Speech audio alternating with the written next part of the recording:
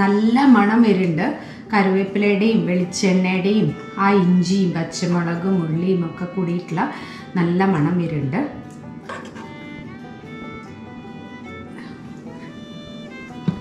ToF റെഡിയാണ്.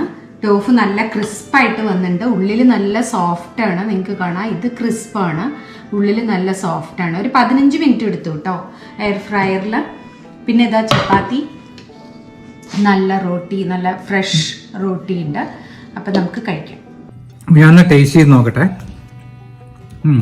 അപ്പം നല്ല സോഫ്റ്റാണ്, നല്ല ടേസ്റ്റ്. ആ നാളികേരത്തിൻ്റെ ടേസ്റ്റ് നന്നായിട്ട് അറിയാൻ. മൂങ്കാളും വേവ് കറക്റ്റാണ്, അതിൻ്റെ ഉപ്പും ഒക്കെ കറക്റ്റാണ്. നമ്മൾ കരുവേപ്പില നല്ലോണം ഇട്ടുകൊണ്ട് അതിൻ്റെ ഫ്ലേവറും വരുന്നുണ്ട്. Thank you for watching. Please try the recipe.